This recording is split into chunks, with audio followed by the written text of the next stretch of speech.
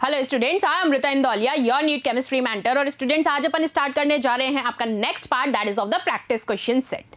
अभी से इससे पहले जो आपने प्रीवियस सेट किए थे उसमें हम लोगों ने क्या डिस्कस किए थे? ऑलमोस्ट प्रीवियस ईयर के क्वेश्चंस हम लोगों ने कर लिए थे। प्रीवियस ईयर के साथ साथ मैंने आपको एक बेसिक पैटर्न बताया था होल ओवर थर्मोडायनेमिक के बिहाफ पे कि किस तरीके के question majorly examiners pre level question कहलाते हैं। तो हमने सारी चीजें पिक कर ली हैं। उसके अलावा अब मैंने एक सेट जो बनाया है उसमें चीजें आपको पिक करनी है। ये पूरा की पूरा सेट आपके दिमाग के ऊपर चलेगा क्योंकि मुझसे ज्यादा प्रैक्टिस आपको करनी है। तो चलिए स्टार्ट करते हैं इस वाले सेशन को। आइए नेक्स्ट क्वेश्चन देखते हैं, क्वेश्चन नंबर 29, क्योंकि इससे पहले हम 28 तक कवर कर चुके हैं। क्या कहा? For the following reaction that is x plus Y gives a plus B. x plus Y equilibrium a plus B, ठीक है, एट 300 केल्विन। ये आपको टेम्परेचर रेंजेस भी मिल गई हैं। And it is found to be equilibrium constant equals to 10 raise to की power 3। ठीक, अब यहां आपको जो बताना है that delta G gives free energy and standard gives free energy. Delta G naught is standard gives free energy for the reaction at 300 kelvin. तो आपको सीधा सीधा क्या करना है, यहां पर फॉर्मूले में पुट करना है। फॉर्मूला है आपका -RT ln के इक्विलिब्रियम। याद आ गया होगा ये फॉर्मूला। इस फॉर्मूले में वैल्यूज पुट कर दो। तो चलो आ जाओ। अब मैंने कहा आपसे स्टैंडर्ड गिव्स फ्री एनर्जी के रिस्पेक्ट में यही फॉर्मूला मैंने बताया, तो वैल्यूज रख ले। सबसे पहले आपने आर की वैल्यू रख लो क्योंकि एल के रिस्पेक्ट में है तो मुझे ये लॉग में कन्वर्ट करना है। एल से एलओजी में कन्वर्ट करते हैं तो किससे मल्टीप्लाई होता है? 2.303 से। तो मैं यहाँ मल्टीप्लाई करा दूँ।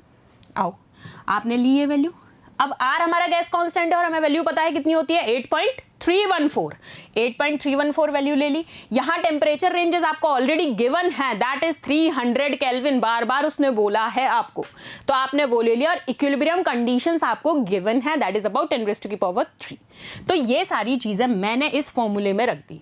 अब सीधी सीधी मैथ्स अप्लाई करनी है तो मैथ्स अप्लाई कर लो, मल्टीप्लाई कर लो, माइनस करो, होल ओवर रिजल्टेंट आ गया तुम्हारा ये। मल्टीप्लिकेशन तो मैं तुम्हारे हैंड से करना है क्योंकि वहां कैलकुलेटर नहीं मिलने वाला है। तो ये लो, ठीक है। अब आपसे क्वेश्चन में पूछा गया है स्टैंडर्ड और नॉर्मल गिव्स फ्री एनर्जी दोनों का चेंज।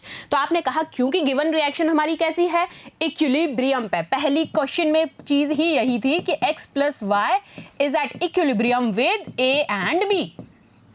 तो ये चीज अगर समझ में आ गई कि हमारी गिवन रिएक्शन ही इक्विलिब्रियम पे है तो डेल्टा जी जो होगा वो हमारा क्या होगा, 0 होगा।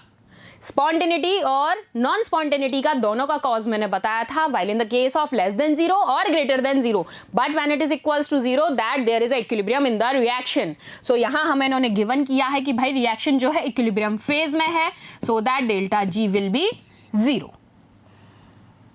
समझ गए? ये लो, और स्टैंडर्ड आपने निकाल लिया, डेल्टा जी नॉट हमारे पास ये आ गया।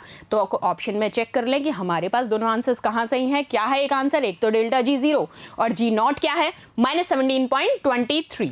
आ जाओ, ये रहा आपका ऑप्शन नंबर सी। कर लोगे? चलो नेक्स्ट क्वेश्चन की तरफ चलो। आओ, नेक्स्ट क्वेश्चन क्या कह रहा है, the standard enthalpy, standard enthalpy and entropy changes for the reaction in equilibrium। Again फिर से रिएक्शन में देख लो, इक्विलिब्रियम में बात हो रही है। For the forward reaction are given below, ठीक है। अब क्वेश्चन की आगे की लैंग्वेज सुनिए। ये डेटा आपको दिया हुआ है, रिएक्शन हमारी क्या है, CO plus H2O in equilibrium CO2 plus H2। H2 gas liberate हो गई, कोई दिक्कत नहीं है, दोनों गैसियस स्टेट में है, वो भी कोई दिक्कत नहीं है। अब हमें देखना है कि हमारे पास डेटा क्या क्या गिवन है। तो डेटा में हमको एंथैल्पी चेंज दे रखा है और यहाँ क्वेश्चन में भी स्टैंडर्ड के रिस्पेक्ट में पूछा गया है। तो आपको सबसे पहले ये चेक करना है कि डेटा आपको स्टैंडर्ड कंडीशन का गिवन है या फिर नॉर्मल स्टेट का गिवन है। और दोनों का डिफरेंस मैंने बताया था, जब कभी भी नॉर्मल डेल्टा एच लिखा हो तो वो नॉर्मल स्टेट का है, और जब उसके ऊपर नॉट लगा है that is in the standard state. तो यहां पर आपको क्वेश्चन में स्टैंडर्ड एंथैल्पी और एंट्रोपी के बारे में पूछा है और आपके सामने डेटा भी स्टैंडर्ड में गिवन है। तो यहां तक तो पहले आप बिल्कुल टेंशन फ्री हो गए। चलो डेटा जो भी दिया हुआ है, क्या वैल्यूज हैं वो अपन चेक करते हैं, लेकिन उससे पहले अभी क्वेश्चन कंप्लीट नहीं हुआ है। नेक्स्ट लाइन क्या है क्वेश्चन में, then you have to find out the incorrect statement. चलो इनकरेक्ट तो तब निकाल पाओगे जब तुम्हें सही निकालना आता है। अभी तक क्वेश्चन अपने अकॉर्डिंग बहुत सही तरीके से गिवन है, सारी चीज़ें आपको दी हुई हैं, लेकिन आपको अब यहाँ पे इनकरेक्ट पिक करना है। तो चलो ये 1 to 1 चेक करते हैं। पहला ऑप्शन क्या है, the reaction proceeds in the forward direction at 300 kelvin. तो second, at 1200 Kelvin reaction proceeds in the reverse direction. Third क्या है, at 1200 kelvin Kp is greater than 1। अब ये सारी चीजें तुम कब पिक कर पाओगे, जब तुम्हें स्पॉन्टेनियस और नॉन स्पॉन्टेनियस दोनों रिलेशन चेक करने होंगे इस रिएक्शन के बिहाफ पर, और रिएक्शन में डेटा गिवन है वैल्यू के बेसिस पे। तो आपको पूरी की पूरी मैथ्स अप्लाई करनी है यहाँ पर। अब प्लस माइनस मल्टीप्लाई अगर आते हैं ढंग से तो ये क्वेश्चन कर लोगे। चलो चेक कर लेते हैं अब डेटा के अकॉर्डिंग क्वेश्चन को। तो देखो 300 केल्विन के ऊपर हमें क्या रिएक्शन का पार्ट दिया हुआ है, 300 केल्विन पे आपको दिया हुआ है -41.16। तो आपकी एंथैल्पी है, क्या है, डेल्टा H नॉट, और एंट्रोपी कितनी है, -4.24 इंटू 10⁻⁻²। यूनिट्स पे मैं नहीं जा रही हूं क्योंकि यूनिट सेम है, यूनिट कन्वर्जन दिया नहीं है। क्या है units, kilo joule mole inverse. तो यूनिट्स की तरफ से आप टेंशन फ्री हैं, यहां कोई कन्वर्जन है नहीं, ठीक है। तो आपने चेक कर लिया, एंथैल्पी आपको 41 एंड एंट्रोपी 4.24 माइनस के रिस्पेक्ट में है। और यहाँ 1200 केल्विन, दो केसेस है, एक 300 केल्विन वाला है, एक 1200 केल्विन वाला। अब दोनों केसेस में ही आपको चेक करना है कि 300 के केस में स्पॉन्टेनियस प्रोसेस है या फिर 1200 के केस में स्पॉन्टेनियस प्रोसेस है। और जो प्रोसेस नॉन स्पॉन्टेनिटी की तरफ प्रोसीड कर रहा होगा वही आपका क्या होगा, यहाँ पर इनकरेक्ट आंसर होगा, क्योंकि क्वेश्चन में इनकरेक्ट बोला गया है। तो वो चीज सबसे पहले पिक करनी है, क्वेश्चन पूछ क्या रहा है, ठीक है। हमें करेक्ट तो कहां मिलेगा, स्पॉन्टेनिटी की तरफ। तो चलो चेक कर लेते हैं अब इसको। अब सबसे पहले मैं 300 केल्विन पर वैल्यूज रख के देख लूं। डेल्टा G नॉट अगर मुझे निकालना है तो फॉर्मूला मेरा क्या चलेगा,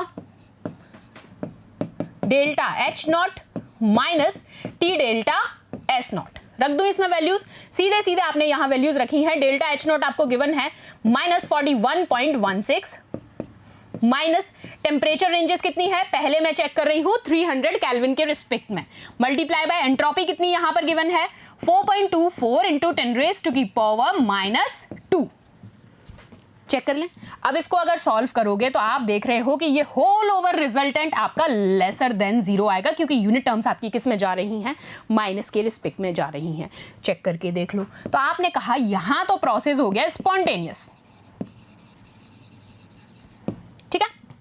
अब इसी की तरह आप सेकंड वाले में चेक कर लो, 1200 केल्विन पे सेम वैल्यूज पुट कर दो, जो वैल्यू आपको गिवन है। सिर्फ आपको टेम्परेचर यहां 300 नहीं 1200 लेना है। तो चलो 1200 कंडीशन में रख के देख लो।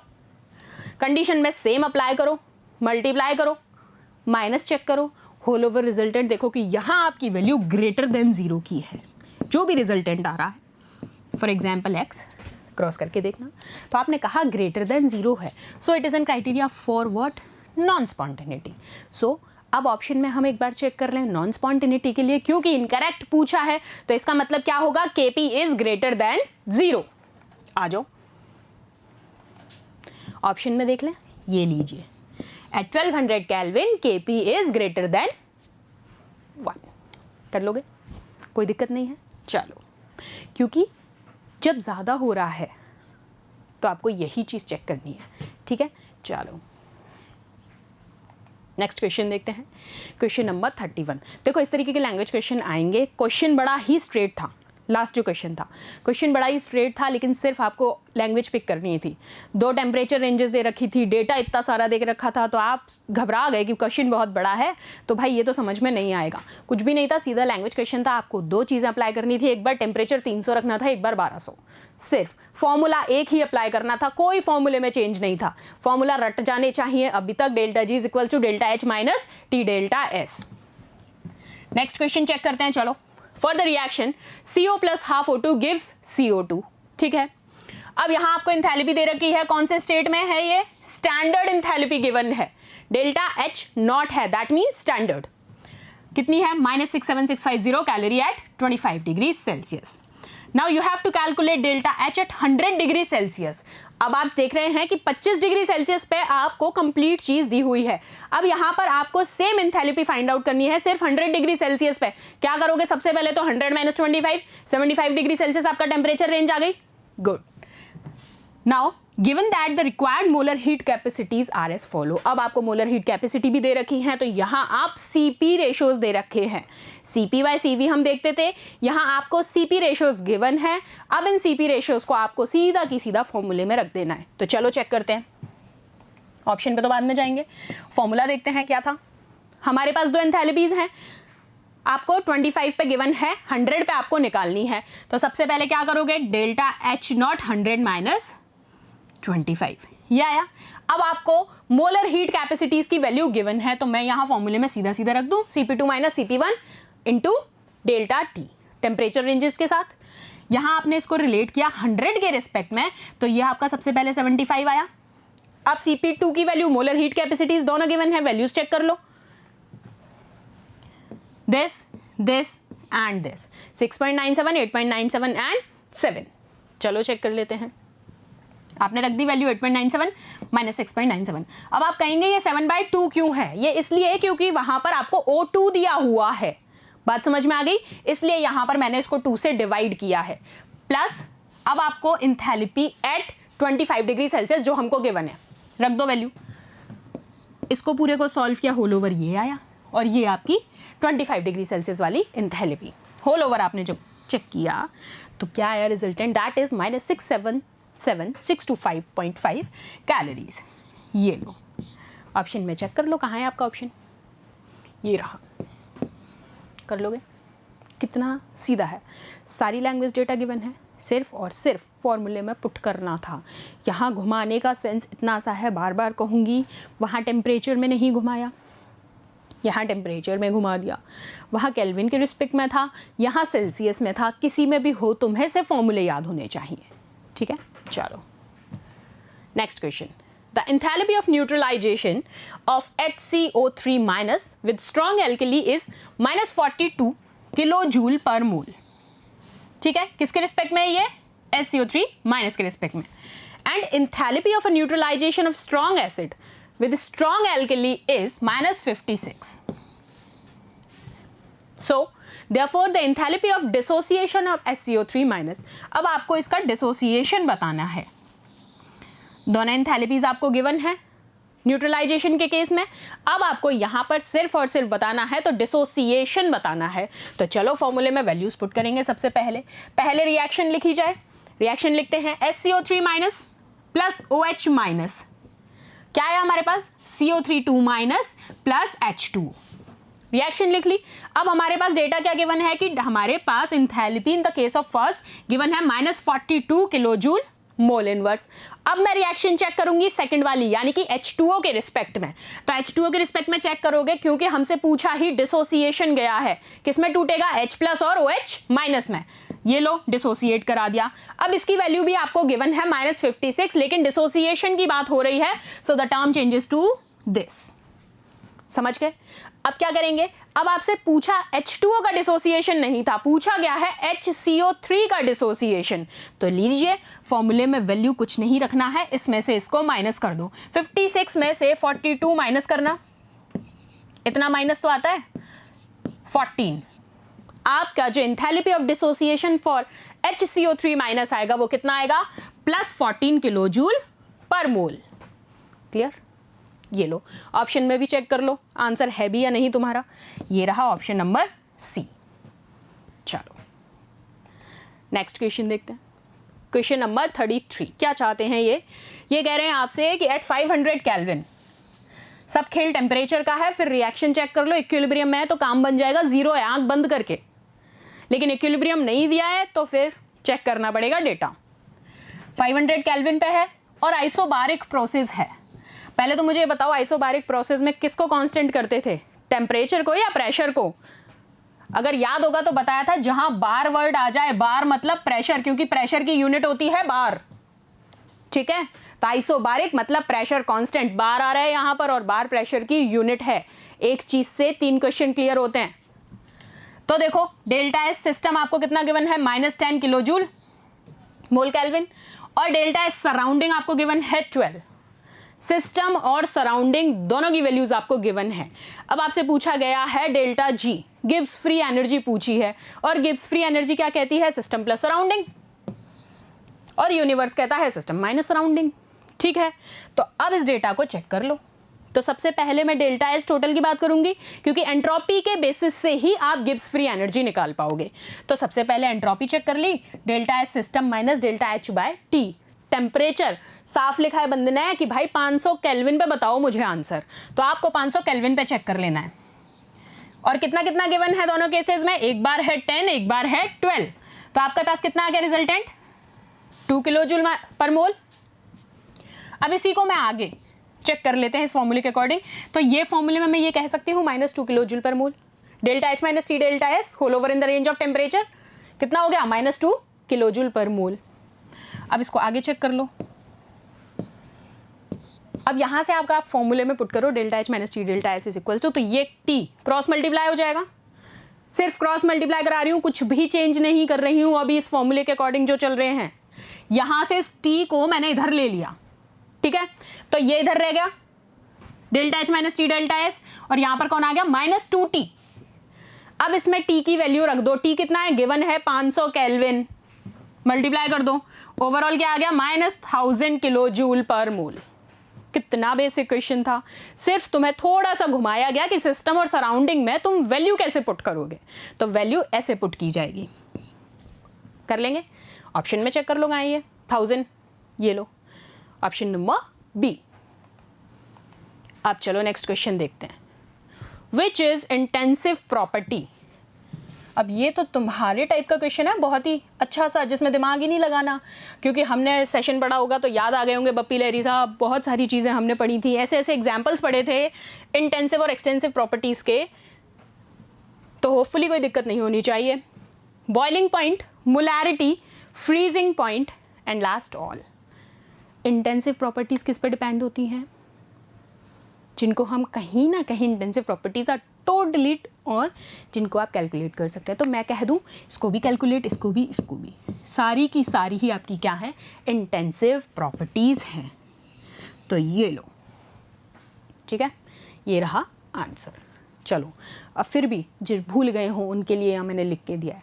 अब मैं तुम्हारे को आंसर्स भी क्यों लिख के दे रही हूँ, क्योंकि तुम में से कुछ लोग, बहुत सारों की रिक्वेस्ट ऐसे आई कि मैम हम भूल जाते हैं आगे जाके, बार बार सेशन पे कौन जाए। तो लो, अब तुमको बिल्कुल ही चिट्ठा पत्रा सब हाथ में दे दिया, अब तो घूंट के भी दे दिया, भाई बस पीना है, कर लोगे। क्या होती है एक्सटेंसिव प्रॉपर्टी, सिस्टम वो प्रॉपर्टी जो डिपेंड करती है अमाउंट ऑफ सब्सटेंस पे, या फिर सब्सटेंस जो प्रेजेंट है सिस्टम में, मास, वॉल्यूम, टेम्परेचर, फलाना ढिकाना। जबकि इंटेंसिव प्रॉपर्टी क्या होती है, जो कि कैरेक्टरिस्टिक होती है किसी भी सब्सटेंस का, जो कि सब्सटेंस प्रेजेंट है, या फिर आप कहें तो इंडिपेंडेंट ऑफ मास। इंटेंसिव मैंने आपको लिंक भी कराया था वहां पर। इंटेंसिव जब जिसके नाम में ही इन आ गया वो बंदा इंडिपेंडेंट ही है, तो यहां आपकी इंटेंसिव प्रॉपर्टी हमेशा ही इंडिपेंडेंट है। और एक्सटेंसिव आ जाए तो जो इंडिपेंडेंट नहीं है, और किसके, जो डिपेंडेंट है मास पर, डिपेंडेंट ओवर मास। चलो नेक्स्ट क्वेश्चन देखें, question number 35। The heat of combustion of graphite to CO2 is -393.5 kilo joule per mole. So the heat released in the formation of 35.2 gram of CO2 from graphite and oxygen will be. देखो अब तुमसे यहाँ heat of formation पूछी है। अब formation अगर कब बता पाओगे, जब आपको सबसे पहले तो पूरी रिएक्शन पता हो, देन आफ्टर आपको क्या पता हो, फॉर्मेशन के लिए आपको पता है कि फ्रॉम फॉरवर्ड टू बैकवर्ड हम प्रोसीड करेंगे, रिएक्टेंट से प्रोडक्ट की तरफ आप जाएंगे, तभी आप रेट ऑफ फॉर्मेशन की बात कर पाएंगे। यानी कि प्रोडक्ट जब बन रहा होगा तभी तो कॉन्सेप्ट आया है फॉर्मेशन का। तो चलो चेक कर लो। इस केस में हीट ऑफ कंबशन जो होता है ग्रेफाइट का CO2 के रिस्पेक्ट में वो सेम होता है as the formation of CO2, पहली चीज। सो मैं ये कह सकती हूं कि जो हीट रिलीज होगी जब 35.2 ग्राम के रिस्पेक्ट में भी आपसे पूछा गया है, तो क्या कर दोगे, this by molar mass multiply by 393.5 आपको गिवन है। चेक कर लो 315 किलो जूल। बेसिक क्वेश्चन, हद बेसिक। चेक करो ऑप्शन में कहाँ है, कर लोगे? बस यही चाहती हूँ। नेक्स्ट क्वेश्चन देखो, the molar heat capacity for a gas at constant temperature and pressure. Molar heat capacity पूछी गई है। अब ये मत कह देना हर बारी 3/2 और 5/2 आर हो जाएगी, हर बार वो चीज लेके नहीं चलनी है। यहां आपको बोला गया है constant temperature and pressure conditions, और मैंने बार बार बताया कांस्टेंट टेम्परेचर और प्रेशर कंडीशन जहां लिखा आ जाए वहां आंख बंद करके इन्फिनिटी पे टिक करके आ जाना, ठीक है? चलो, फॉर्मूला क्या था? Cp equals to delta H by delta T in the respect of pressure constant या फिर एक बार टेम्परेचर कांस्टेंट। होल ओवर आपने कह दिया तो यहाँ पर टी क्या हो जाएगा? डेल्टा टी 0 हो गया। दैट मीन्स Cp, एक बार प्रेशर कांस्टेंट कर दो, एक बार टेम्परेचर कांस्टेंट कर दो, whole over resultant is 0। So that in the case of molar heat capacities at constant temperature and pressure conditions Cp is always infinite. ठीक है, आ जाओ next question. If a process is both endothermic and spontaneous, language question है, बिल्कुल pick कराना चाहिए। Spontaneous सुनते ही दिमाग चल जाना चाहिए। जब स्पॉन्टेनियस मतलब डेल्टा जी नेगेटिव, पहली चीज। दूसरी चीज एंट्रोपी ग्रेटर देन 0। तो ऑप्शन चेक कर लो कि आपसे जी के रिस्पेक्ट में पूछा है या एस के रिस्पेक्ट में पूछा है। किसके रिस्पेक्ट में? दोनों दिए हैं और आपको पता है डेल्टा जी ग्रेटर देन 0 तो होगा ही नहीं, स्पॉन्टेनिटी कहां से आ जाएगी? ये गलत, ये गलत, ये गलत। ये लो, delta S is greater than 0 when the process is endothermic and spontaneous too। Check कर लो formula, delta G equal to delta H minus T delta S होता है। स्पॉन्टेनियस के लिए ये रहा नेगेटिव, अभी मैंने आपको बताया, और एंडोथर्मिक के लिए एच क्या होता है? पॉजिटिव। तो हम कहते हैं delta S is greater than 0। कर लेंगे? नेक्स्ट क्वेश्चन पे चलूं, आ जाओ। Which of the following thermodynamic quantities is an outcome of the second law of thermodynamics? बता दो, इनमें से सेकंड लॉ ऑफ थर्मोडायनेमिक्स का आउटकम कौन सा है? और ये सेकंड लॉ अपन से ज्यादा फिजिक्स वाले सर ने आपको अच्छे से पढ़ाया होगा। उन्होंने पढ़ाया होगा पूरा कार्नोट इंजन आपको, कार्नोट साइकिल आपको, जिसमें उन्होंने बार बार चीख चीख के एक ही बात कही होगी, एंट्रोपी। तो किसका कॉज होगा? Entropy. The entropy concept is direct outcome of the second law of thermodynamics as per the Carnot cycle approach। ठीक है, तो इसके बाद हमारा ये प्रैक्टिस सेट होता है वाइंड अप, यानी कि थर्मोडायनेमिक्स होता है समाप्त। अब आपको करना है कुछ क्वेश्चंस अपनी तरफ से, मॉड्यूल्स उठाओ। देखो क्वेश्चंस की कहीं कमी नहीं है, जितना तुम जब तक एफर्ट नहीं डालोगे, तुम्हारे डाउट्स क्लियर हैं, तुमने क्वेश्चंस नहीं किए, कोई मतलब नहीं है उन डाउट्स के क्लियर होने का। तो बेटर है प्रैक्टिस करो as much as you can do. इसके बाद नेक्स्ट पार्ट हम शुरू करेंगे आपके साथ नया chapter, that is all about the equilibrium. अब इक्विलिब्रियम भी दो फेजेस में होता है, केमिकल एंड आयनिक। तो पहले तो स्टार्ट करेंगे बेसिक इक्विलिब्रियम कि भाई एग्जैक्टली इक्विलिब्रियम है क्या। अब सारी डामलडोल स्थिति से बाहर आके हमें बैलेंसिंग स्टेट में जाना है, जो कि हमारा नेक्स्ट चैप्टर। तो मिलते हैं नेक्स्ट चैप्टर में। Till then thank you so much.